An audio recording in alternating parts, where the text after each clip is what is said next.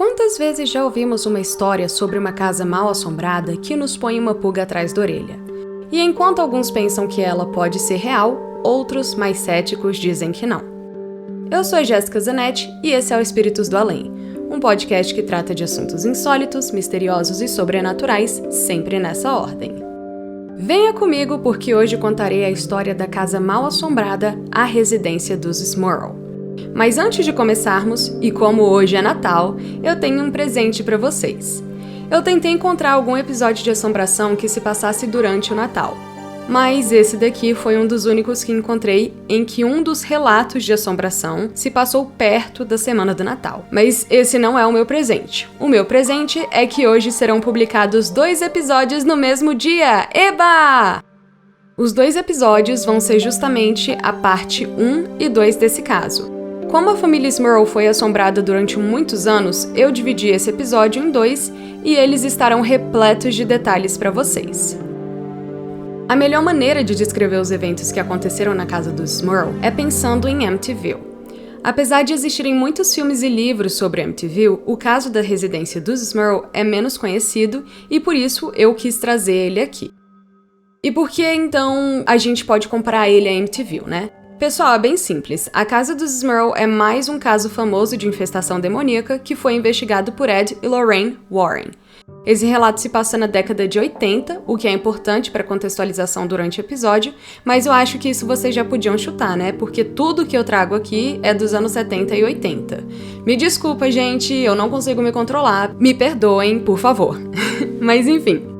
Antes de começarmos, existe um livro dessa história chamado The Haunted, e eu não consegui encontrar o título em português, por isso que eu tô falando em inglês mesmo. Ele foi escrito por um repórter local de Scranton, que nem no The Office, né, a cidade de Scranton, e esse escritor se chama Robert Curran. O livro foi publicado em 1989 pela editora St. Martin's Press, e também tem um filme com o mesmo nome, The Haunted, de 1991. Também quero avisar a todos vocês que tem uma parte da história em que eu descreverei um incidente de agressão sexual. Então, quando eu chegar mais perto, eu vou avisar pra vocês, e aí vocês podem escolher se vocês querem pular ou se vocês querem continuar. Mas isso daqui é só um aviso de gatilho. Então, preparem seus cobertores de proteção, pega o seu prato de pavê, que não é pra comer, e vamos pro relato. O ano era 1972, e Jack e Janet Smurl moravam com suas 4 filhas que se chamavam Dawn, Heather, Karen e Sharon, e os pais do Jack, o John e a Mary, que nem no Sobrenatural, só que não em Chester e sim Smurl. Na casa deles, que ficava na cidade de Wilkes-Barre, na Pensilvânia, tudo era normal, relativamente. E eu digo relativamente porque as famílias americanas, como vocês já devem saber, geralmente não moram em uma casa só, né? Tipo, os avós geralmente moram em outra casa e aí moram os pais e os filhos em uma casa. Bom, então na casa deles, em Wilkes-Barre, era tudo normal, até que um furacão chamado Agnes atingiu a cidade no verão de 1972 e inundou a casa inteirinha. E a água chegou até atingir 3,6 metros de altura dentro da casa. Eles até tentaram voltar a viver normalmente depois disso, mas não deu muito certo. Então, eles começaram a procurar por uma casa nova. E é aí que entra a cidade de West Pittston, que também fica na Pensilvânia, no condado de Luzerne. Toda essa área se encontra situada no topo de umas minas de carvão que eram bem lucrativas nos séculos XIX e no começo do século XX. Então a indústria de mineração, já em 1970, tinha desaparecido há muito tempo, porque a gente substituiu o carvão como fonte de energia, né? Mas também o que contribuiu em parte para o seu desaparecimento foram essas inundações que aconteceram bem já no fim dos seus anos de lucro. Aparentemente, inundações eram bem frequentes na Pensilvânia e a cidade de West Pittston, assim como a cidade anterior deles, que era Wilkes-Barre, também sofria com isso. Em 1959, o rio Susquehanna rompeu o telhado de uma dessas minas, e como todas as minas estavam interligadas, isso acabou inundando todas elas, e bilhões de litros de água fizeram com que o teto delas todas desabassem. E foi aí que tudo foi por água abaixo para a indústria mineradora, literalmente. Então vejam, né? Aqui a gente tem outro relato que está relacionado com água, e lembra do que eu falei no episódio da Annabelle? Então, uma ocultista tinha especulado que a inundação das minas havia causado o ressurgimento de demônios que estavam enterrados embaixo da terra naquele lugar. Bem light, né, gente? Quem nunca teve que se preocupar com uma infestaçãozinha de demônios na vida, não teve infância, né? Inclusive, disse que durante a inundação que tinha sido causada pelo furacão Agnes no cemitério histórico de West Pittington, 2.000 caixões foram levados pela água e partes de corpos acabaram se espalhando pelas varandas, telhados e porões das casas na cidade. Isso sem falar que a própria condição do trabalho nas minas era muito sofrida. Existia trabalho infantil naquela época, os trabalhadores não ganhavam muito, eles trabalhavam por muitas horas, eles sofriam castigos físicos, e isso sem falar que também tinha tido uma batalha naquela região durante a Guerra de Independência dos Estados Unidos. Todos esses relatos aqui só para mostrar que tinha muita energia relacionada a desastre que circulava por aquela cidade. Aí, no outono de 1973, o John e a Mary acabaram encontrando uma casa que aparentemente foi a primeira a ser construída na rua Chase, o que significa que ela é a casa mais antiga da rua. Eles compraram essa residência por $18.000 na época e venderam uma das casas do lote para o Jack e a Janet por $4.000. Em 1º de outubro de 1973, a família toda se mudou para a casa nova, como em todo filme digno do gênero de terror. Para tudo, Jéssica do Futuro de novo, eu tinha falado o nome errado da filha e agora eu vou falar uma coisa certa. E um outro detalhe é que também, como em alguns filmes de terror, 2 das filhas do casal, a Karen e a Shannon, eram gêmeas. Quer dizer, na verdade elas ainda são gêmeas porque ainda estão vivas, né? Então só um resumo até agora. A casa nova se localizava na cidade de West Pittington, na Pensilvânia, numa rua chamada Chase, e era o número 328-330 daquela rua. Algumas fontes descrevem que a casa era um duplex, mas na verdade ela não era um duplex. É o seguinte, tinha um terreno, e nesse terreno foi construída uma casa que nem nos filmes americanos. Só que essa casa foi dividida em 2. De um lado, o 328, moravam Jack, a Janet e as filhas, e do outro lado, 330, os pais do Jack, o John e a Mary. E essa casa não tinha uma conexão interna com a casa do lado, elas eram só casas germinadas, só que na verdade, basicamente uma pessoa construiu uma parede dividindo as 2 casas. Então, para entrar na outra, você tinha que sair da que você estava. O que vocês também precisam saber sobre a família Smurl é que eles eram uma típica família americana. Não tinha nada muito fora do normal, além do fato de eles morarem todos bem perto uns dos outros. Então, eles eram uma família normal e religiosa, o que era bem comum para a época, e eles eram católicos. O Jack e a Janet estavam inclusive muito envolvidos na comunidade. Eles se voluntariavam em vários tipos de serviços em benefício de outros e até ajudaram a fundar várias organizações locais diferentes. Então, eles eram muito bem-quistos naquela cidade. O que eles não sabiam era que a casa que eles tinham comprado já tinha uma certa reputação, ou pelo menos dentro daquela vizinhança. Havia uns rumores de que há anos os vizinhos ouviam sons estranhos vindos de dentro da casa. E isso mesmo quando a casa estava vazia e não tinha ninguém morando lá. Inclusive, uma pessoa que morava na rua do lado disse que sempre que eles passavam por essa casa, eles tinham uma sensação muito estranha, como se eles estivessem sendo observados. Em termos de quem viveu antes ali naquela casa, a família não sabia muito. Eles sabiam que um senhor de idade morava em uma das casas e uma senhora de idade nas outras, mas eles não eram casados, nem eram da mesma família. Então, eles meio que compraram a casa às cegas, sem saber muito, né? Mas quando você olha pra isso, não tem nada que realmente faça você pensar: ah, esse lugar com certeza é mal assombrado. Ah, outro detalhe sobre a casa é que ela não tinha um quintal muito grande. Cada casa era bem estreita, porque é uma casa cortada ao meio, e tinha um jardim bem pequeno na frente, mas não tinha muito um quintal lateral. E a propriedade deles ficava separada das demais da rua com uma cerca de alambrado bem prateada. Em termos de layout, os 2 lados são iguais. Tem uma sala de estar e cozinha no primeiro andar, e no segundo, 3 quartos e um banheiro. E ambos os lados têm um sótão e um porão. Então, legal, eles se mudaram, e assim que eles se mudaram, eles começaram a reformar os 2 lados da casa imediatamente. E, gente, é basicamente aí que eles começaram a perceber que algumas coisas começaram a acontecer. Os primeiros incidentes pareciam mais irritantes do que realmente assustadores.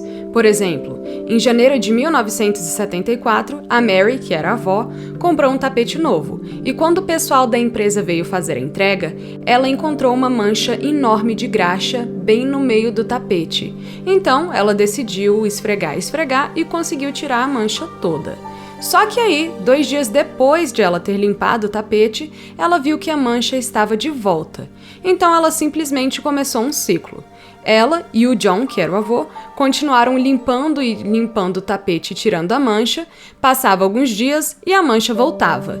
Eles acabaram fazendo isso umas 3 vezes, até que finalmente eles desistiram e decidiram jogar o tapete fora e comprar um novo. Outro exemplo foi quando o John e o Jack começaram a mexer no sistema de encanamento. O John soldou todas as 30 juntas dos canos de cobre pessoalmente, ou seja, eles não contrataram ninguém para ajudar na reforma, mas toda vez que qualquer pessoa ligava o registro dentro da casa, água vazava pelos canos. Eles aqui começam outro ciclo, o do conserta e quebra. Gente, vale salientar aqui que ele tá literalmente soldando os canos, ou seja, ferro derretido e juntado, não tem como ter furos, mas ok, eles não acharam nada de sobrenatural nisso e continuaram consertando o mesmo problema repetidamente. Eles refizeram todo o sistema de encanamento umas 5 vezes até que finalmente parou o problema dos vazamentos. E eles foram percebendo um padrão. Basicamente, alguns probleminhas bestas que demorariam uns 10 minutos para serem consertados estavam transformando-se em horas e horas de trabalho árduo. Outro problema frequente que eles tinham na casa era a rede elétrica. As luzes caíam do nada, às vezes elas ficavam piscando, só essas coisas que a gente já sabe que só acontecem em filme de terror, né? Além disso, algumas coisas na casa simplesmente entravam em combustão espontânea do nada. Aparelhos de TV pegavam fogo, um fogão elétrico novinho que eles tinham acabado de comprar explodiu do nada, só coisa saudável e problema que gente pobre não pode ter. Mas um dos eventos mais estranhos durante essa fase da construção, e para o qual não há uma explicação racional, aconteceu da seguinte forma. A Janet e o Jack reformaram todo o banheiro deles e colocaram uma pia e uma banheira de porcelana, as duas novinhas em folha. E um dia de manhã, eles acordaram e tanto a pia quanto a banheira estavam com umas marcas de garras. Era um arranhão irreparável e que tinha estragado tanto a pia quanto a banheira. Eu vou te falar que, honestamente, eu odeio esses espíritos que ficam causando dano à propriedade. Eu acho muito absurdo. Mas, do jeito que estava, parecia que o próprio Fera do X-Men tinha vindo na casa deles para arranhar a porcelana toda, né? Bem, eles estavam conseguindo sobreviver meio que, abre aspas, tranquilamente nessa casa, até porque como eles eram bem religiosos e acreditavam na intervenção divina, eles diziam que acabavam se divertindo com essas coisinhas que aconteciam. Com certeza esse pessoal não devia ser de signo de terra, né, gente? Porque se divertir perdendo dinheiro, eu não consigo. Então, até 1977, eles só estavam basicamente ignorando todos esses acontecimentos, até que um dia umas coisas assustadoras começaram a realmente acontecer. A Dawn, que era a filha mais velha, começou a correr para o quarto dos pais à noite, gritando que ela tinha visto pessoas flutuando no quarto dela. Se fosse eu aqui, só uma observação, se fosse eu aqui, eu nem teria ido pro quarto dos meus pais, eu já teria ido logo pra igreja católica chamada Russell Crowe. Aí ele falaria assim, mas Jéssica, eu não sou ninguém, eu só sou um ator. Aí eu falaria assim, mas você fez o quê? O papel de exorcista, então você pode me ajudar, ok? Eu ia até na casa dos Warren, que nem são os Warren de verdade, são os do filme, e chamava eles mesmo, porque eu estaria desesperada se eu tivesse visto pessoas flutuando no meu quarto, né? Mas ok, ela foi lá nos pais. E a Dawn tinha por volta de uns 12 anos quando isso começou a acontecer. Os pais ficaram pensando que, pode ser um pesadelo, né, e tudo mais. Só que, como eu falei, isso começou a acontecer. Ou seja, a Dawn, levantando no meio da noite e falando que tinha visto pessoas flutuando no quarto dela, passou a ser uma ocorrência super frequente e os pais começaram a ficar super preocupados eventualmente. Numa certa manhã, o Jack e a Janet estavam dentro de casa e eles começaram a ouvir um barulho de cadeira de balanço da varanda que ficava na parte da frente da casa. e era meio que um rangido, como se alguém estivesse usando a cadeira de balanço. Esse barulho se intensificou até que finalmente eles decidiram descer e dar uma verificada e ver o que era. E aí foi que eles encontraram as cadeiras vazias, só que se mexendo como se tivessem pessoas invisíveis sentadas nelas. Mas até aí você pode pensar, óbvio, né, Jéssica? As cadeiras estavam do lado de fora, tem vento e o vento balança as cadeiras. Só que a partir daqui, os eventos ficam um pouco mais difíceis de se explicar. Numa noite, enquanto estavam na cama, o Jack sentiu alguém acariciar o seu ombro e achou que fosse a Janet. Aí ele já ligou o George Michael, só que não, né? Enfim, ele vira, né, todo romântico assim, mas quando ele se vira para olhar para sua esposa, ela estava dormindo. E além do mais, ela estava dormindo virada para o outro lado. E se ela tivesse virado na cama nesse meio tempo, ele teria sentido ela se virar. Então ele começa a falar, ok, né, acho que isso não foi normal. Então, até agora, vários eventos estavam ocorrendo dentro da casa, e alguns até na varanda, né? Mas tinham duas coisas que permaneceram frequentes durante toda a assombração da casa dos Smurr. Uma delas era o cheiro.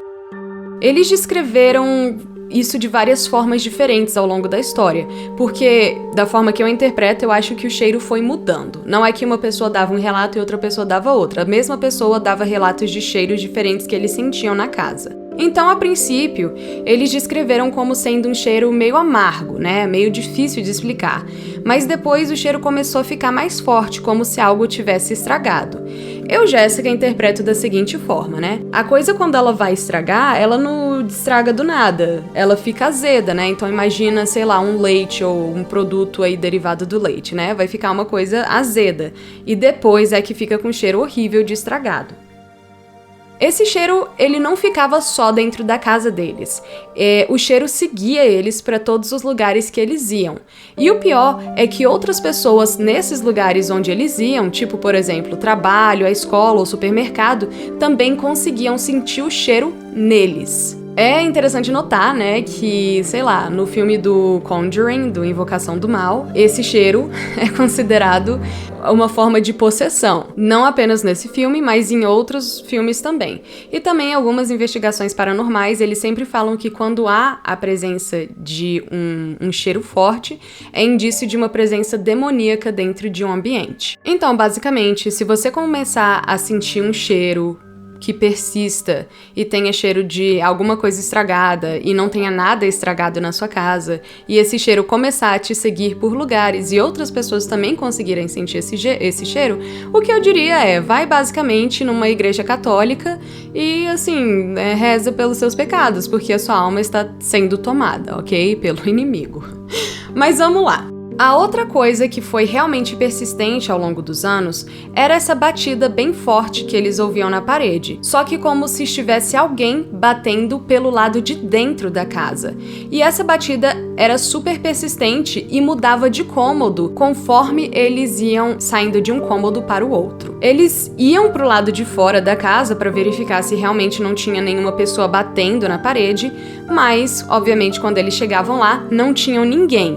E os sons nem davam para ser ouvidos tão alto do lado de fora da casa, o que realmente eles levaram à conclusão de que fossem sons vindo de dentro da casa.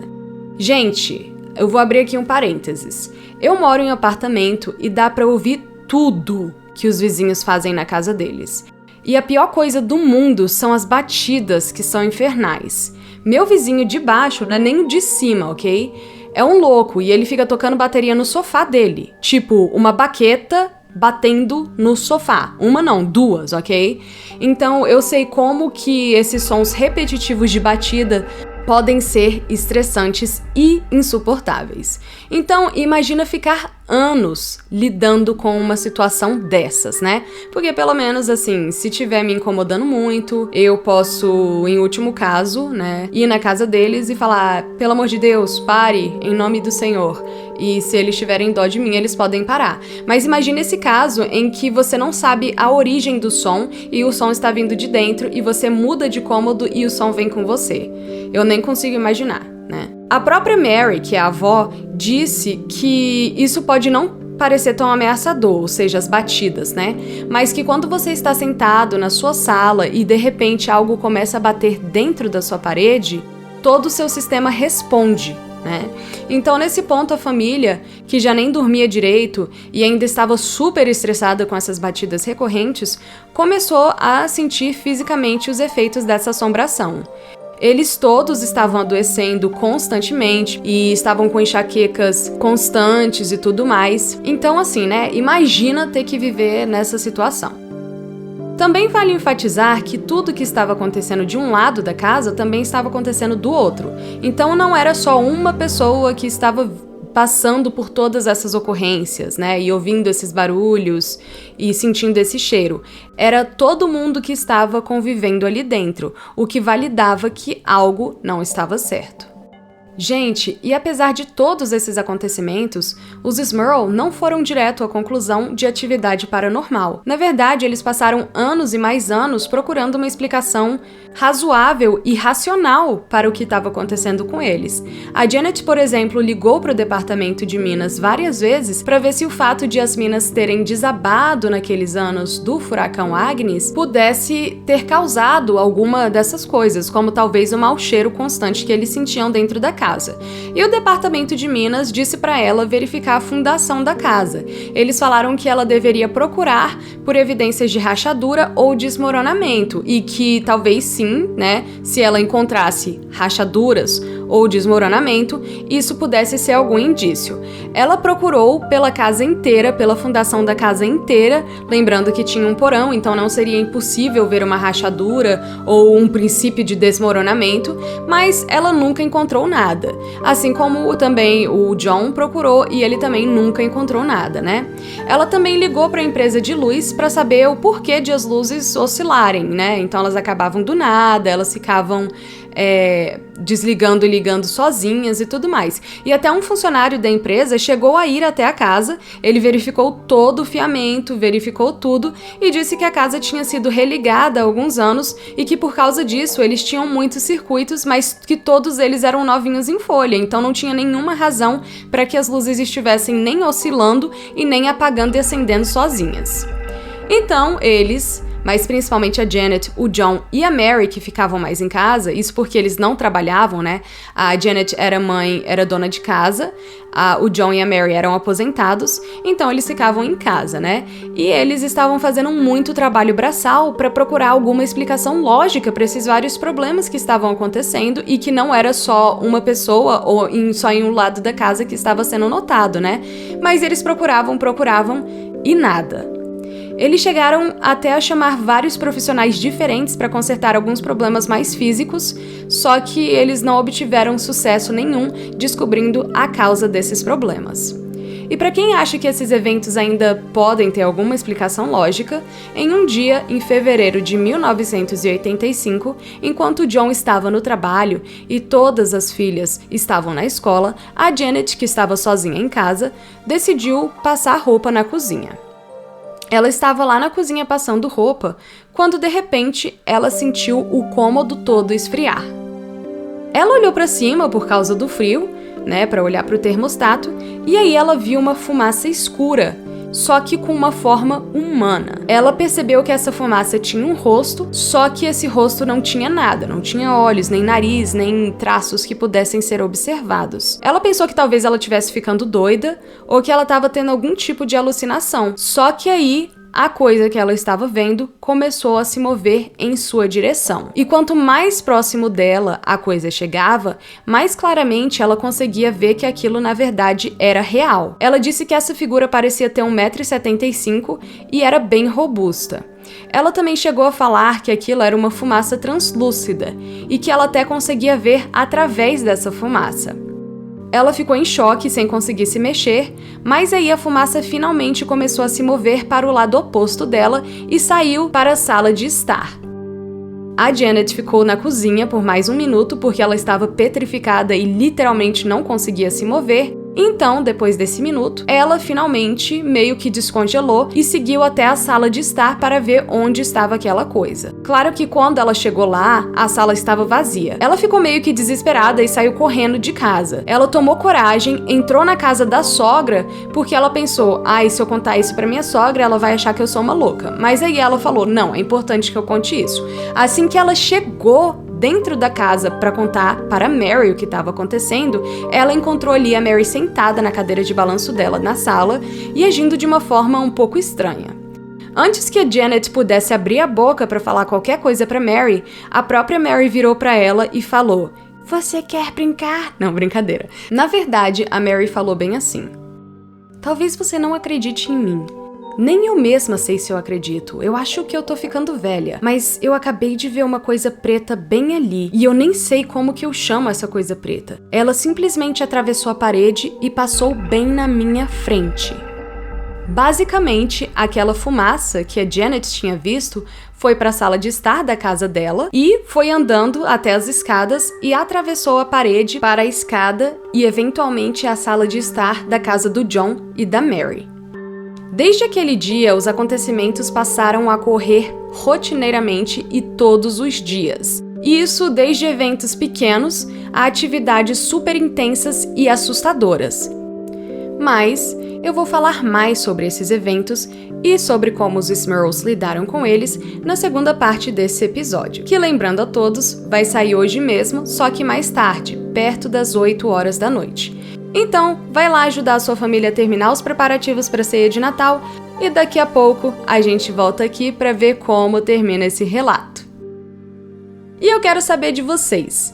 Acreditam na história da casa mal-assombrada dos Smurl? Tem algum relato sobrenatural ou de lenda urbana da sua cidade e região que gostaria de compartilhar?